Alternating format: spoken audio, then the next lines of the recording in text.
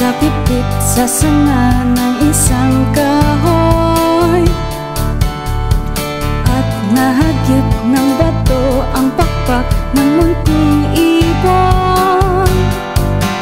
Dahil sa sakit, di na makaya pang lumipad, at ang nangyari ay nahulog, ngunit parang taong bumigas. Mamang kay lupit, ang puso mo'y di na nahabag. Pag umanaw ang buhay ko, may isang pipit na iiyak. May pumukol sa pipit sa sanga ng isang kahoy, at nahagip ng bato ang pakpak ng munting ibon.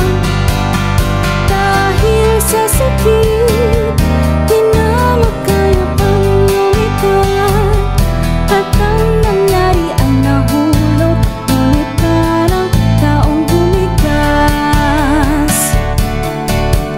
Mamang kay lupit, ang puso mo'y di na nahabag.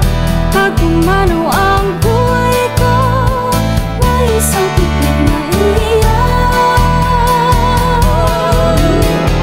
May pumukol sa pipit sa sanga ng isang kahoy, at nahagip ng bato ang pakpak ng munting ibon. Dahil sa